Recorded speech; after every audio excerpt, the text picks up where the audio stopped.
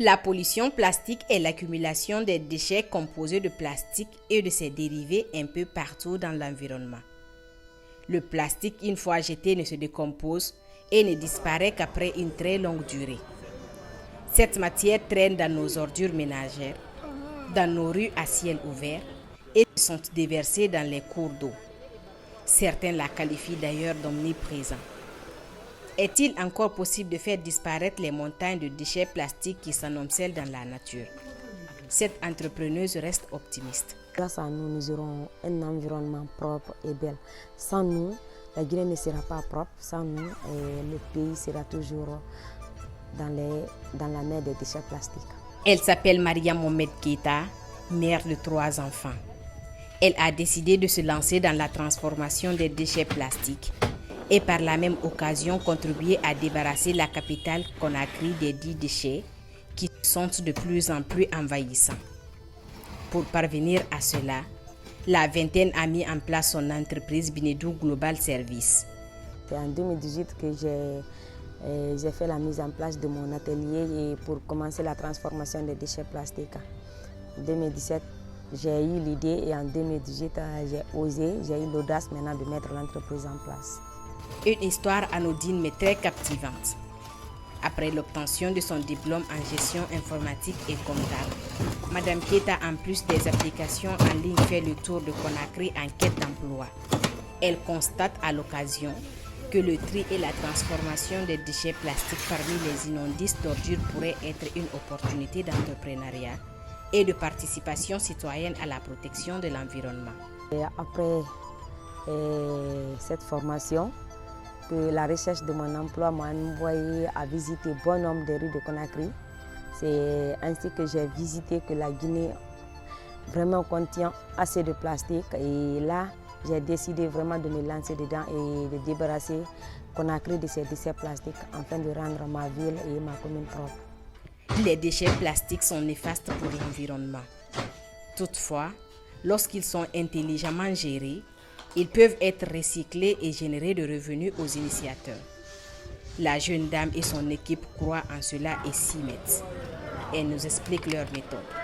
Nous avons en première position, nous avons le ramassage, le traitement, et la transformation et le moulage aussi. Et le séchage aussi suit cette étape. Jadis, son travail était la collecte des déchets plastiques, ensuite le tri, puis la transformation. Avec l'évolution de son entreprise, Mariam se fait dorénavant livrer ses plastiques par les clients fournisseurs. On sortait pour aller ramasser dans les poubelles, dans les caniveaux, pour envoyer les déchets plastiques dans nos entreprises pour les transformer. Mais bon, actuellement, comme nous avons des commandes, nous partons vers les structures aussi qui sont spécialisées dans le ramassage et le traitement des plastiques et vers aussi les ETT qui nous permet vraiment de regrouper les déchets plastiques et on prend là-bas pour les envoyer dans nos ateliers de transformation. Malgré l'évolution de son entreprise, Mariam se rappelle encore aujourd'hui du regard de la société lorsqu'elle ramassait elle-même les plastiques. Et selon les personnes qui se moquent de moi, c'est quelque chose de vraiment honteux devant eux. Mais bon, en tant que femme, je suis fière. Je suis fière de sortir dans la rue. J'ai été toujours fière d'être dans la rue, être sale, et en train de ramasser les déchets plastiques, être dans les caniveaux, dans les poubelles, dans les étiquettes, en train de prendre les déchets plastiques. J'ai été toujours fière de ça. Et là, je n'ai aucun problème. C'est toujours une fierté pour moi d'être dans la rue en train de ramasser les plastiques. L'équipe est majoritairement composée par les femmes, ce qui fait d'ailleurs leur particularité. Chaque matin, ces mères de famille sont engagées à rejoindre la fabrique. Résultat, plus de 200 pavés fabriqués par jour.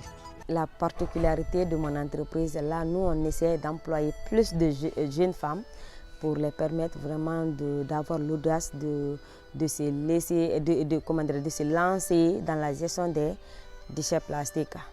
Et on emploie assez de jeunes et chez nous aussi, on ne touche pas aussi les ciments, on n'utilise pas l'eau, mais on utilise seulement les plastiques et au fait et le sable, pas autre chose, pas d'eau, pas de ciment.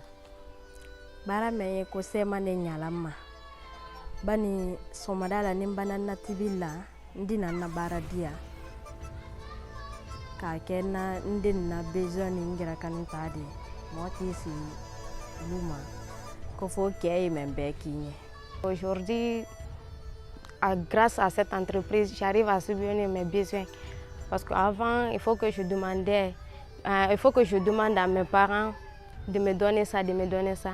Mais grâce à cette entreprise, actuellement, je suis autonome et indépendante. De 2019 à 2022, la fabricante des pavés en plastique affirme ne pas obtenu de contrat de la part de l'État guinéen, à en croire Seydi.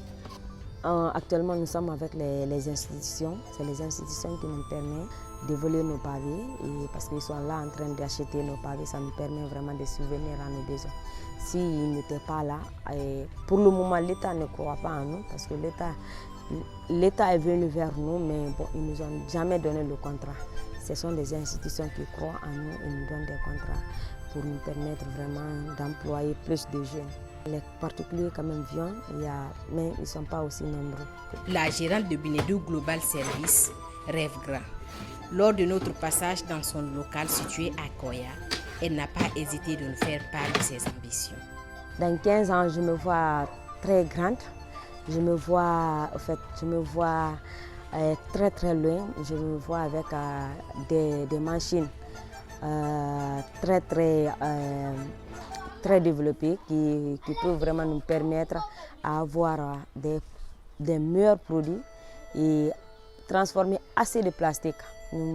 Nous aimerions vraiment pouvoir transformer plus de 2-3 tonnes dans la semaine. J'aimerais un jour transformer BZS en une grande industrie de transformation des déchets plastiques. J'aimerais aussi employer plus de femmes, plus de 50% vraiment de femmes dans mon entreprise. J'aimerais avoir assez d'employés pour éviter le chômage en Guinée.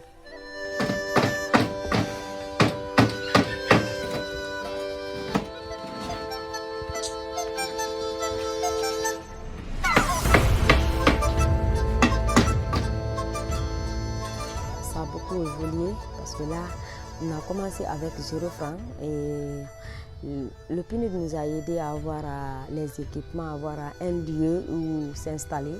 Et nous avons commencé avec 0 francs parce qu'il n'y avait aucun franc dans nos comptes de BZS. Mais aujourd'hui, alhamdoulilah, le chiffre d'affaires est en train d'augmenter petit à petit. Là, ça nous permet vraiment d'être indépendants, d'être autonomes. Et aussi, ça nous permet de subvenir à nos besoins.